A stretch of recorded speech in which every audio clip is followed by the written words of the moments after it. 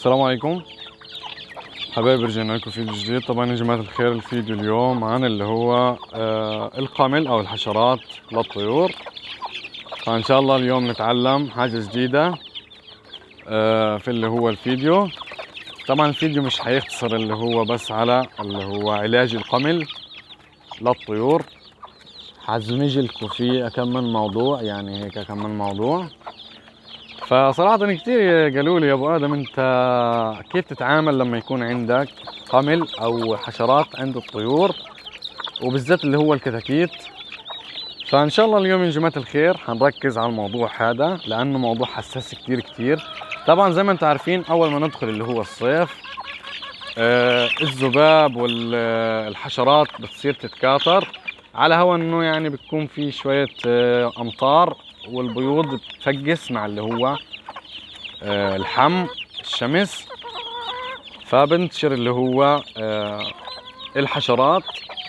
والحشرات هذه ممكن انه هي يكون معها امراض تأذي اللي هو الطيور هذه. فان شاء الله اليوم حنحل اللي هو الامراض هذه، ونحل كل القصة هذه. ف ان شاء الله الفيديو ينال اعجابكم، وتكونوا يعني مبسوطين معنا وانتوا تسمعوا الفيديو واستضافتنا لإلكم. طبعا بديش اذكرك، لو انت اول مره بتفوت قناتي، يا ريت لو عجبك الفيديو والمحتوى تسلخ لايك. ولو اول مره بتفوت قناتي يا ريت تشترك في القناه وتفعل تنبيه الجرس الفائق ابو حزين ليصلك كل جديد. ونبلش نفوت على اللي هو المحتوى يا جماعه الخير. طبعا حنروح مع ادم وامير نحط اللي هو الاكل اللي انا جبته. حنحط اللي هو الاكل زي ما شايفين، جبنا اللي هو الاكل فحنحطه في الاكياس. فيلا طبعا هنحكي لادم ايش يسوي. تمام ادم، افتح لي هذه يا بابا، افتحها وانا بدي افتح هذه. طبعا زي ما انتم عارفين انه انا بجيب اللي هو الاعلاف تبعتي بالكيلو، على اساس يا جماعة الخير انه انا اعرف ايش استهلاكي.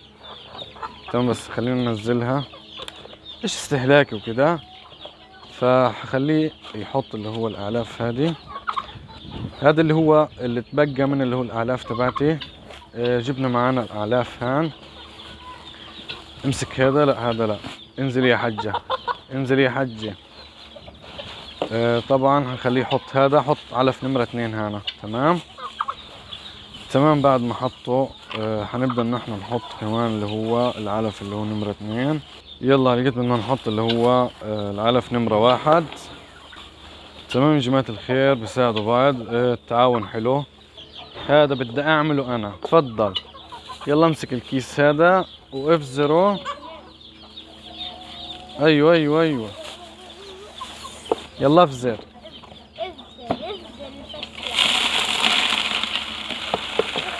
يلا افزر، خلص سيبه. فزرت يا حبيبي، فزرت. ايش هذا؟ كله معزم عليا. مش مشكلة، بياكلوه يا بابا. يلا الثاني، افزر. يلا افزر. تمام يا جماعة الخير، انا بجيب على اللي هو مقدار اول باول، على اساس انه يكون اللي هو الحبوب طازجة، وبنفس الوقت اعرف اللي هو استهلاكي. طبعا لموا لي النايلون، يلا لم لي النايلون. نعم عملته هيك. طبعا يا جماعة الخير زي ما انتم شايفين، هذه هي الحبوب. تمام يا جماعة الخير، هذه صراحة عندي من السنة اللي فاتت. فهذه يا جماعة الخير للصراصير، إذا انتم بتلاحظوا فيها مرسوم صراصير، فهي للحشرات كافة يعني. تمام، ابعد يا بابا هيك شوي عشان ما تهتزش الكاميرا. هذه للصراصير كافة. تمام، هي عبارة عن بودرة زي ما انتم شايفين، وريحتها بتقتل. طبعا البودرة هذه يا جماعة الخير بتقضي على اللي هو الحشرات اللي في الطير، وبنفس الوقت اللي في المكان. تمام، فمن وين هذه بدنا نجيبها يا ابو ادم، وقديش سعرها؟ سعرها $1 واقل من $1. من وين المكان؟ وين مكان بتروحوا بتلاقوها؟ في السوبر ماركت، عند العطار، في السوق، يعني وين ما كان متواجد. هاي زي ما انتم شايفين عبارة عن اللي هو اسمه راجون، هو تمام، سوبر راجون، سوبر راجون. مش عارف الكلمة، مش عشان قديمة، هذه لها من السنة اللي فاتت عندي لما عملت لكم الفيديو. زي ما قلت لكم حنروح نرش الجيت على اساس انه احنا نشوف. صراحة ما فيش عندي قمل ولا سبان، ولكن انتم كثير قاعد تقولوا يا ابو ادم كيف بدنا نتعامل وكيف بدنا نسوي، بس فاهمين علي كيف؟ فخلينا نروح الرش، وان شاء الله حفرجيكم ايش صار عندي في اللي هو البيض اللي راقد عليه اللي هو الرومي. تمام، فيلا خسارة على الوقت. فزي ما انتم شايفين هنبدا ان احنا نرش. طبعا طب يا ابو ادم نحط للكتاكيت الصغيره، هو صراحه يا جماعه الخير هذا هي مرسوم ها النمل وصراصير والبق اللي هو السبان والبرغوث. تمام، هي صراصير وبرغوث والنمل. وهو عشان هذا العلبه لها عندي من السنه اللي فاتت، ف ممحي ومنظرها شوفوا كيف ممحي، فاهمين علي؟ فحنبدا ان احنا نرش. طبعا انا ما فيش عندي اللي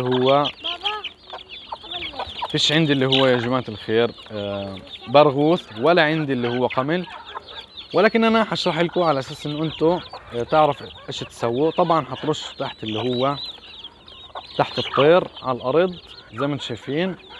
قيم يا بابا لحسن تنختنق. زي ما انتم شايفين حنبدا نرش، فيش اي مشكله، مش حيضر اللي هو الطير.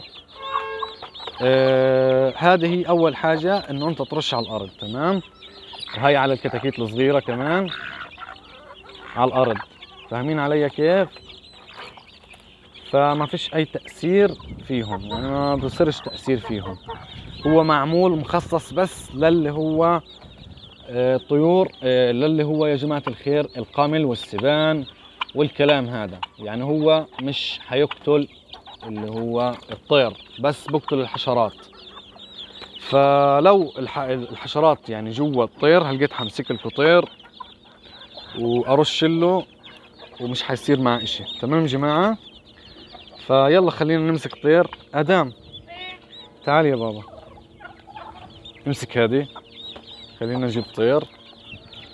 تمام يا جماعه الخير، حجيب طير. تمام يا جماعه الخير، زي ما شايفين هذه اللي هي فروجه عمر 40 يوم. تمام، هنبدا ان احنا نرش لها تحت الجناح. رش يا بابا، زي ما شايفين ما فيش ولا جمل ولا سبان.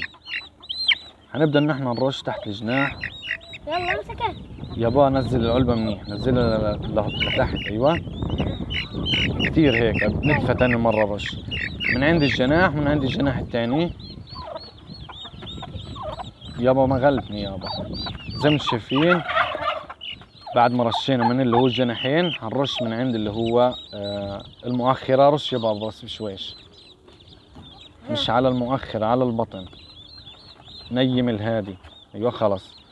هنبدأ ان احنا نفركها هيك زي ما شايفين، وكل حاجة فيها البرغوث واللي هو القمل او السبان او اي حاجة هتروح.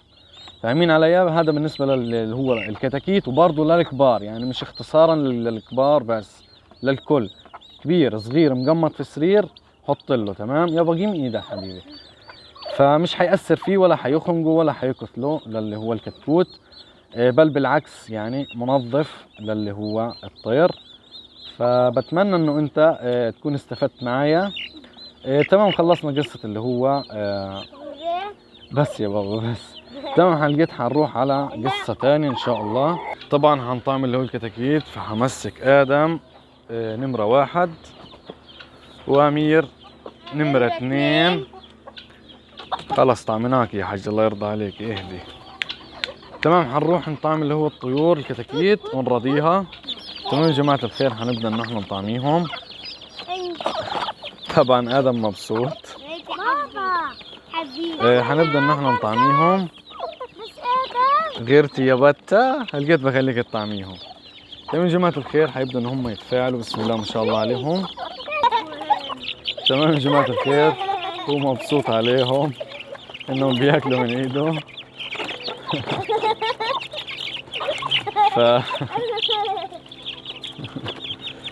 فالاشي يعني كيف اشي حلو انه هم يعني ياكلوا من ايده. فقبل ما ياكلوا من ايده يا جماعة الخير خلينا نطعمي الطيور الكبيرة هذه اللي مهما طعميها يعني تشبعش. ما شاء الله. تمام يا جماعة الخير، بعد ما رشينا اللي هو البودر هذا هنبدأ نحن نطعميهم. يعني منظرهم كتير كتير كتير حلو، هم بياكلوا الأرض رشيتها في البودر. طبعا هغيرهم اللي هو الفرش، حط لهم فرش تاني.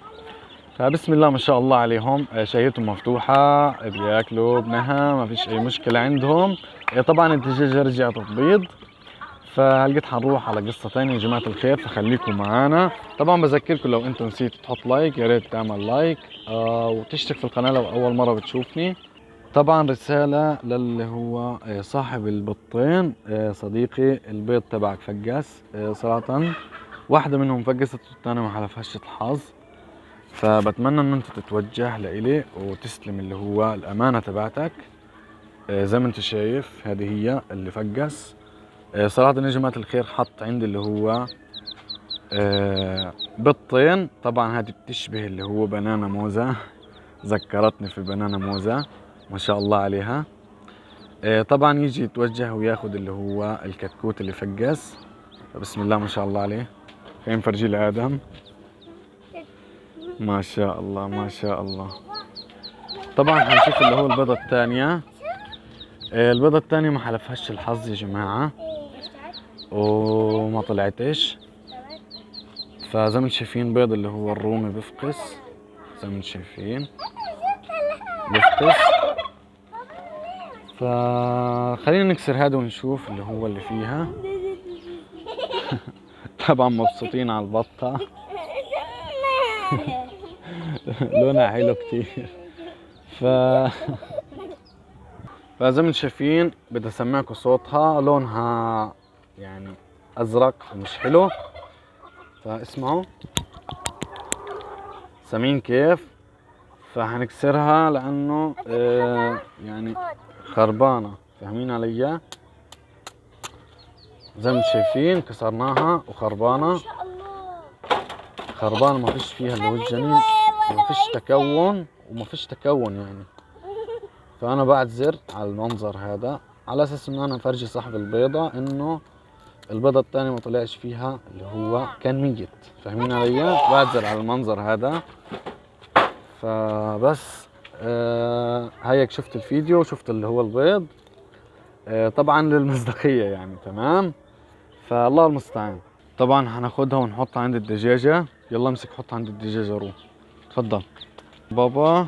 يلا حبيبي حطها عند اللي هو الرومية او اللي هو الدجاجة يا جماعة الخير. فيلا طبعا هحطها اللي هو مع الكتاكيت هذه يا جماعة. يعني غريبة هي على البيت. فبتمنى انه صاحب اللي هو البطة يشوف الفيديو ويجي ياخدها، لانه بديش يعني تفقد اللي هو افقدها ويضيع اللي هو التعب تبعه تبعي على الفاضي. تمام.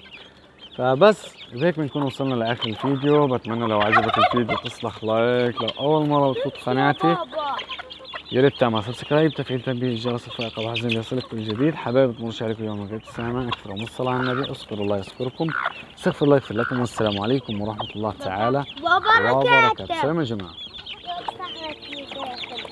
يا بابا مش تبعتنا، تبعت صاحبي حيجي ياخدها يا بابا، مش إلنا، هذه أمانة عنا. تبعتنا بنانا موزة استشهدت يا بابا. ماتت؟ ماتت يا حبيبي. خلص هيك ربنا، هيك ربنا أخذها، نزعل. طبعا الولد إن شاء الله يا بابا بدي أفقسها وأخليها تطلع لك كتاكيت زي هذه وتلعب معاهم. لا هيك كتير، هيك كتير. تزغزغها قصدك تحسس عليها اللي هبلتنا فيها. تمام جماعة الخير. الصغار يعني بتساءلوا إلا ما يكون يتساءل الصغير. تمام جماعة الخير. سلام.